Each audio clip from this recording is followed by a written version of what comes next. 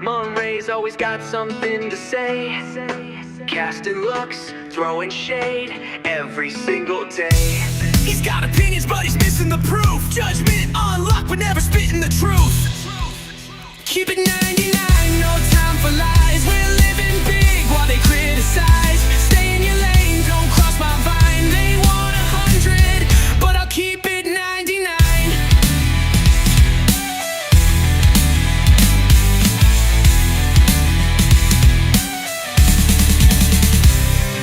Zelmay runs the game, she's the CEO. Breaking barriers while hosting the show. She's got the power, got the name in lights. Commanding the room, shutting down the fights. Keep it 99, no time for lies. We're living big while they criticize. Stay in your lane, don't cross my vine. They want 100, but I'll keep it 99. Monterey's always got so win to see. Goskin looks, throwing shade every single day. He's got opinions, but he's missing the proof. Judgment, fall, heckle. Keep it 99, no time for lies. We're living big while they criticize. Stay in your lane, don't cross my vine. They want 100, but I'll keep it 99. Uniqo pulling up with the news and tea. Gossip on blast for the world to see. Spotting secrets like a hawk in flight. Dropping stories that'll keep us up all night. Monterey, fix the tone, you're too uptight. Zelmay's boss moves, always taking flight. Uniqo's got receipts, he's ready to share. Keep it 99, cause we're already rare.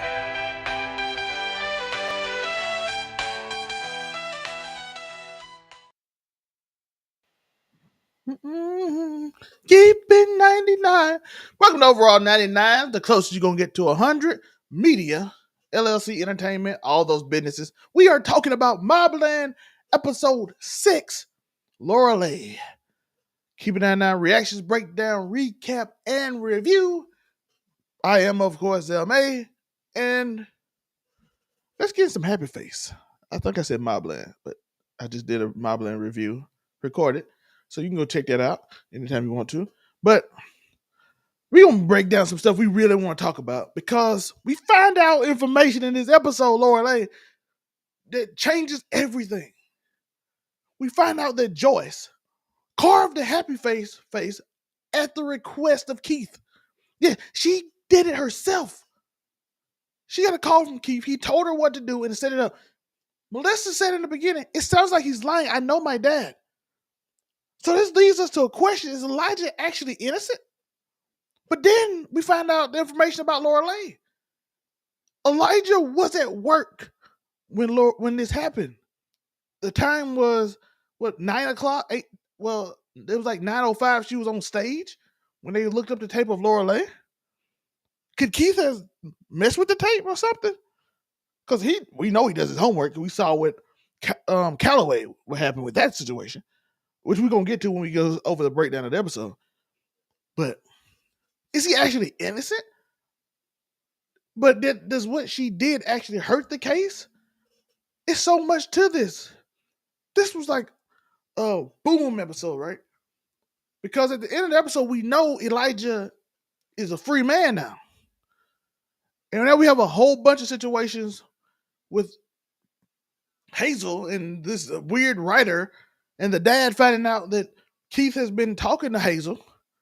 And Hazel with her friends now, which we have to talk about in a minute as my second talking point before we get into the breakdown of the show. We even seen the situation where Calloway said he's not opening a case against her dad. And he just went with the judge. That man been hard throughout the whole episode. He's been hard to get through until he met Keith. So I'm sitting here wondering what is going to happen. Is this the end of the Elijah Joyce storyline? Because there's still more there. But it could just be the end of it because he's free now. Joyce admitted to it. It gives us a little doubt. So it can end technically. It just gives us a little mystery. Even though, again, I think they try to set it. I think they set it up where he's really a free man because They try to like solidify that he was at work at the time she passed away, so he couldn't have done it. But Joyce did wrong. And now that Calloway is not running for DA and Keith scared him to death. We don't know what's going to happen with that. But then the other situation I want to really get into, I want to really talk about, is the Hazel and Josh situation. Teenagers are dense. Once you grow to a certain age, you think you know everything. I'm speaking when I was a teenager, when I was 13. I'm grown now, right? I know how life works. I done seen enough of life. And then you realize you in situations in which you don't really know life. There's some adults that could be in the same situation because they haven't experienced enough. They haven't studied enough. They haven't reviewed enough. They haven't looked around enough. They're not using other people's experience as a reference. So Hazel is carted away with this guy she's interested in. And they clearly using this against her.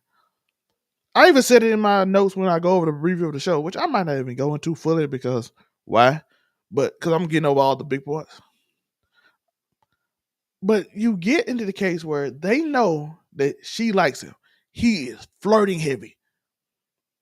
And then he said, let's go to this place so we can get the jury. By the way, I think they might even stole the jury. She said she saw it. And then she sent Hazel in and it said the words as they walked off.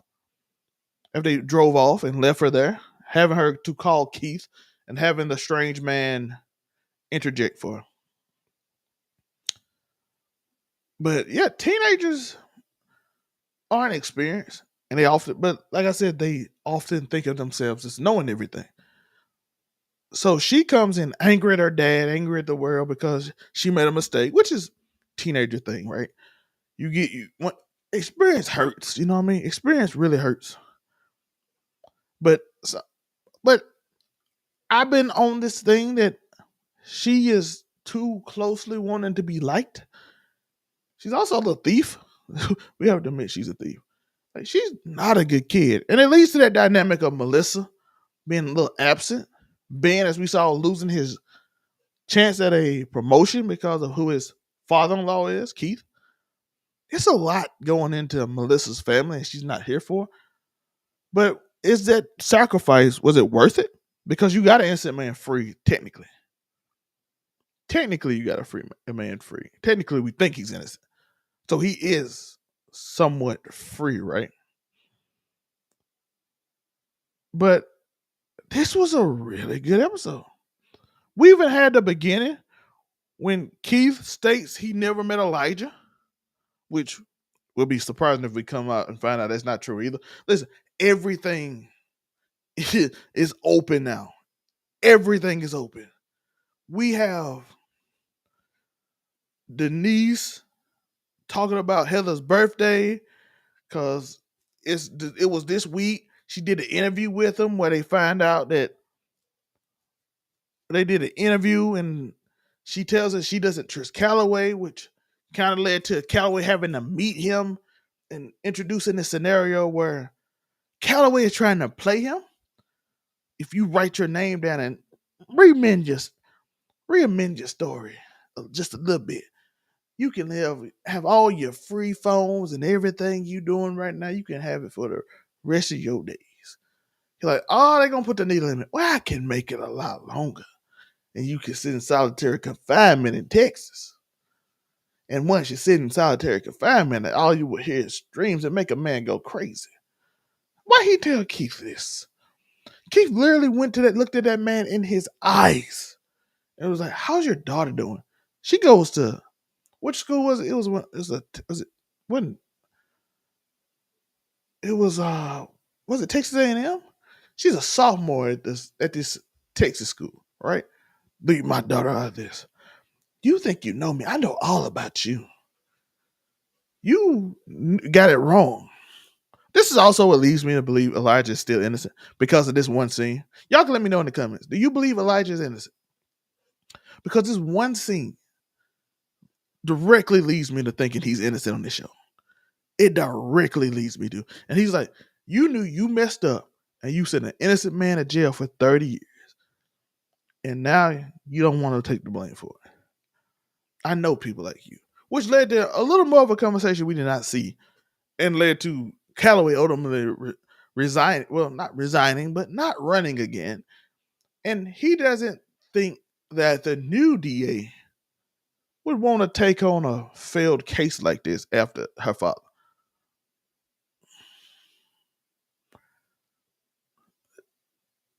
It's interesting, right? So the questions I want to ask after this, we start off with the question about Elijah. But what happens with Hazel now? We know Ben found out that Hazel was talking to the book writer, the interviewer. He found out what he does, Ennis. He finds out what he does. He sees the interviews. He sees that he's writing a thing, and he noticed that she had his card on him and that she came home with him. Because she dropped it, of course, because Hazel doesn't make good decisions. So he calls the man, tells him to leave her daughter alone, quit harassing her. He like, I drove her home. She couldn't get in touch with you, so he had to call and get me to take her home. Which led him to look it up and find out that she's been in contact with Keith. How did this Hazel situation end? It's a lot of scenarios, right? Hazel could just be despondent. She could also just go crazy like her grandfather and start just, you know what I'm saying? There's a few kids end up missing who messed with her. Keith can end up doing it. And it said, what are you going to do about it? Keith doesn't like weakness. He doesn't like weakness. Well, what does that mean? Will he not like his granddaughter? I think he likes Melissa because she's strong-willed. So when he pushes her to do things, she'll do it. He probably was mad that she didn't do it. He likes attention too. So he wants her to be involved, which is kind of breaking up her family a little bit. But how will she handle this? With Keith? Will something happen to our boy Josh? What do y'all think? Will Keith handle Josh the way he handled Brandon? As he said, did you like my present I gave you? Yeah, but what will Ennis do? He said you owe me that at least. Talking about the interview. I don't know. It's a lot to go. It's a lot to think about in this episode.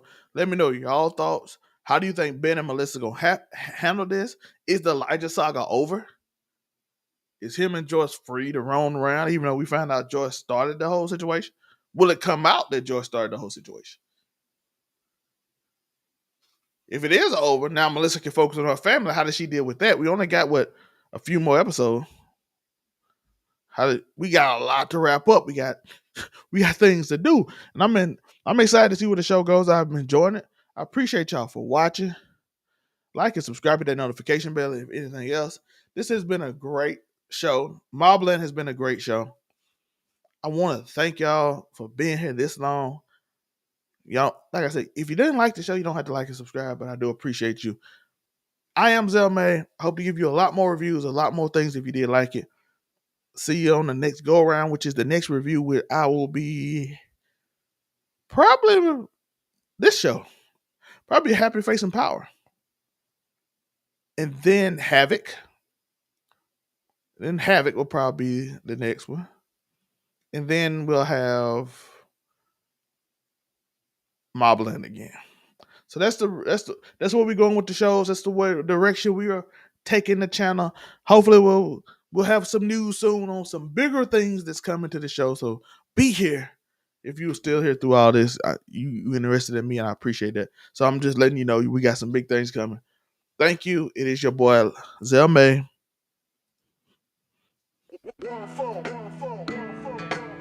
Monterey's always got something to say. Casting looks, throwing shade every single day. He's got opinions, but he's missing the proof. Judgment on luck, but never spitting the truth. Keep it 99, no time for lies. We're living big while they criticize. Stay in your lane, don't cross my vine. They want 100, but I'll keep it 99.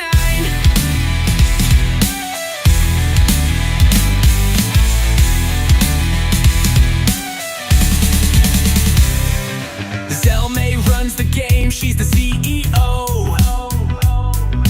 Breaking barriers while hosting the show. She's got the power, got the name in lights. Commanding the room,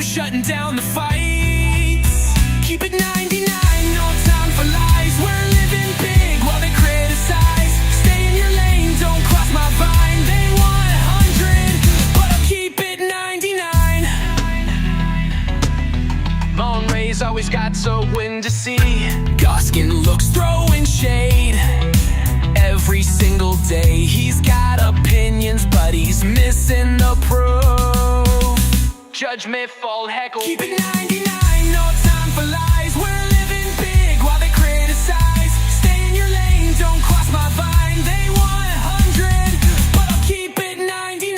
Uniqo pulling up with the news and tea. Gossip on blast for the world to see. Spotting secrets like a hawk in flight. Dropping stories that'll keep us up all night. Monterey, fix the tone, you're too uptight. Zelmay's boss moves, always taking flight. Uniqo's got receipts, he's ready to share. Keep it 99, cause we're already rare.